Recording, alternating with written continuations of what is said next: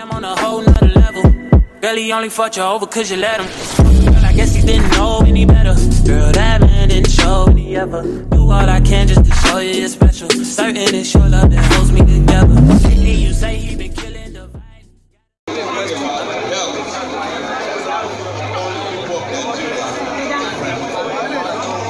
Education. Can we ask him?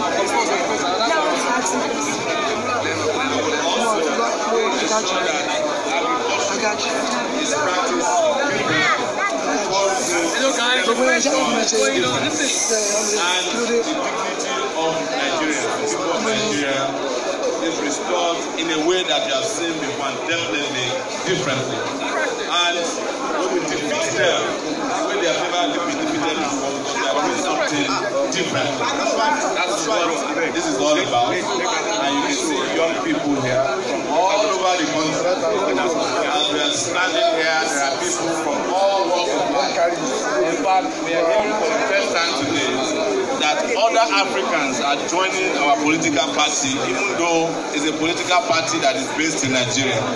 We are hearing from our brothers in South Africa, from the Gambia, Ghana, Kenya, Liberia, Sierra Leone, even from French-speaking countries like Guinea, Senegal.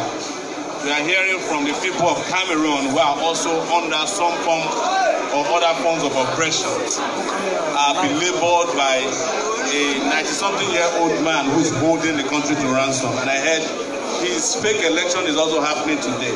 All these people are looking forward to a Nigeria that is progressive, peaceful, and prosperous. Because the moment Nigeria gets it right, Africa will get it right.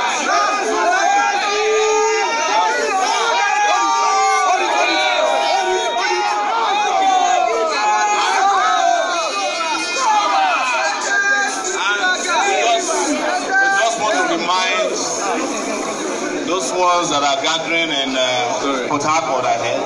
Where is the APC having their convention? Abuja.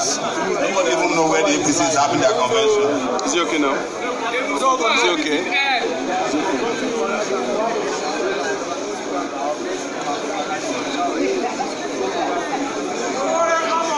So, nobody is under any illusion that the medicine or tablet known as APC has expired.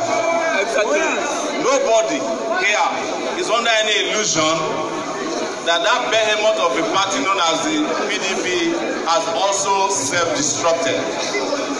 We have come with a new political platform that will save this country, that will make Nigeria great. Don't forget, I'm not saying make Nigeria great again, because this is Nigeria of their dream. The Nigeria of our own dream is coming next year. The Nigeria of their dream is our own nightmare. And the Nigeria of our own dream will be the happiness and joy of every Nigerian. AAC,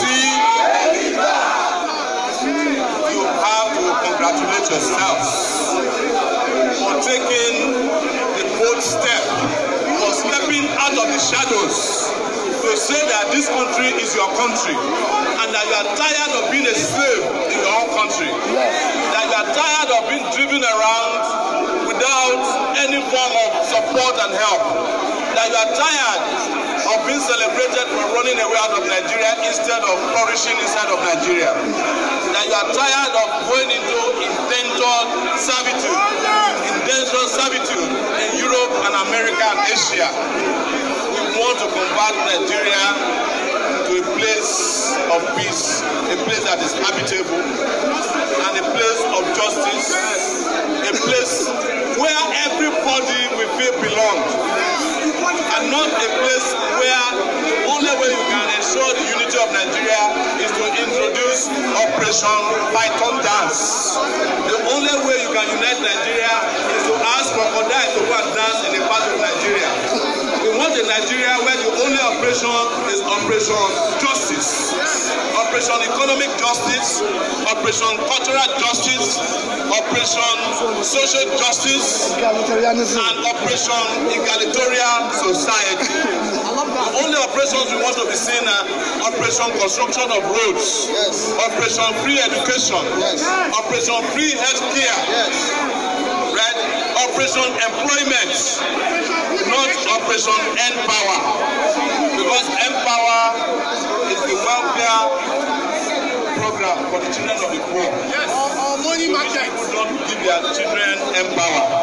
They employ them in Central Bank and NNPC. But when you ask for employment, they give you Empower. 30,000 naira job. Empower can only disempower and disempower you. AAC. Those of you who thought that 8 months ago this was a joke, you now know better. We told you that's not a joke. Some even told us that after 3 weeks we will pack up and leave because we would have been overwhelmed by the buccaneers in our politics. But now we are the ones emotionally, physically, and intellectually overwhelming them. They are mentally overwhelmed by our determination to take back our country. Take it back. Don't be under any illusion that this is going to be an easy battle. I want to warn you, this is a revolution. We must fight and win that revolution. We must fight for every inch of land in this country. We must fight for every inch of office in this country. We must fight for every inch of our judicial justice in this country. We must fight for every inch of education in this country. We must fight for every inch of health in this country. We must fight to take your land back. You must fight to take those oil blocks back that don't belong to them, that they are allocated to themselves. At the minimum, we will give it to our universities. Because if universities can train people to become presidents, they can as well also run oil blocks, draw profit from it and use it to invest in education. It will take the 13 million of our young people, kids who are roaming the streets, back from Nigeria. And like you have said, brother, there is no Boko Haram. The Boko Haram we have in the country are our leaders.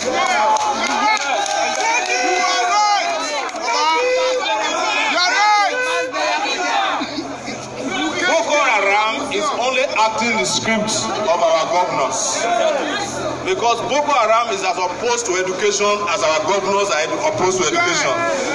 They are opposed to any form of education. In fact, Boko Haram is better than some of them because Boko Haram is only opposed to Western education. Our leaders are opposed to any form of education. Our leaders are opposed to any form of development.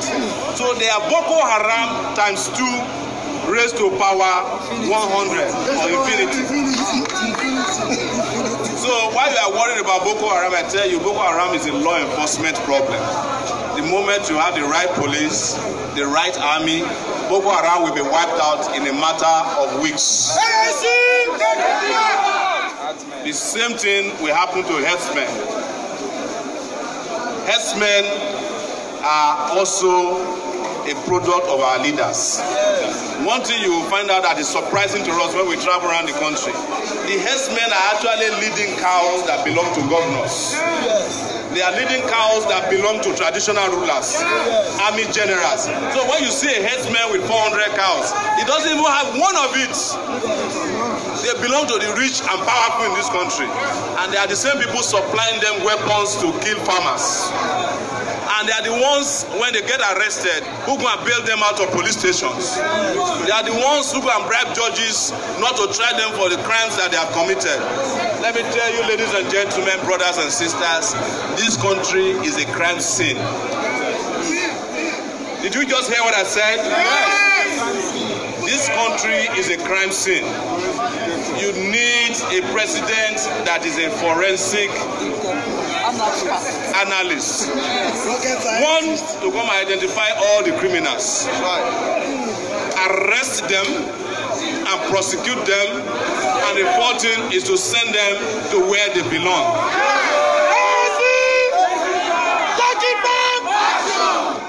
As soon as we are done with that, and some of these things are not physical.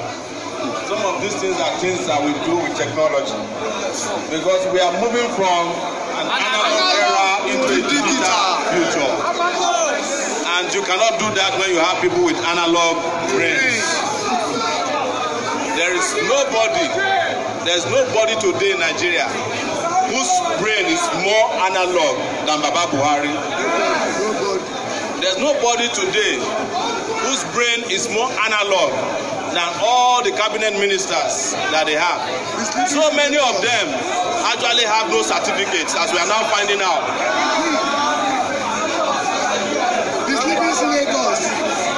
Nobody more analog than those senators who are collecting 13.7 million naira per month and dancing and sleeping at our discomfort. Yes.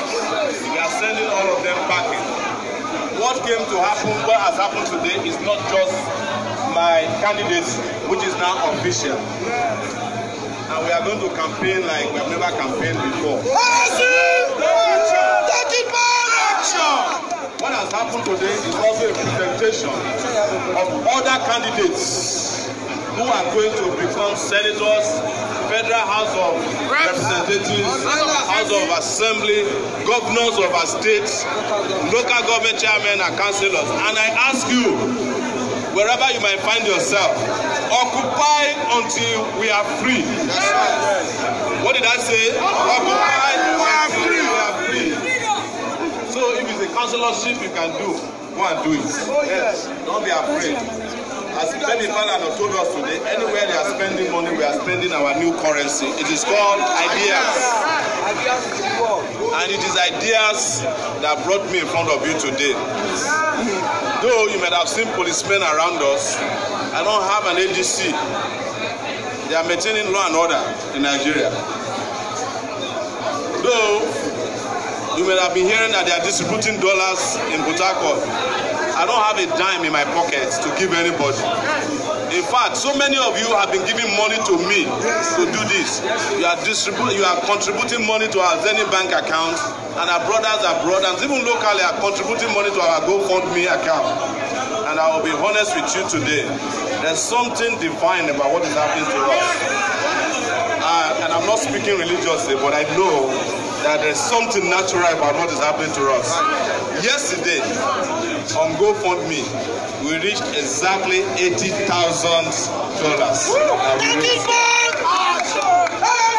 Take it back! Actually, not yesterday, this morning, we reached $80,000. I was asking myself, why did that $80,000 wait to this morning? Run figure.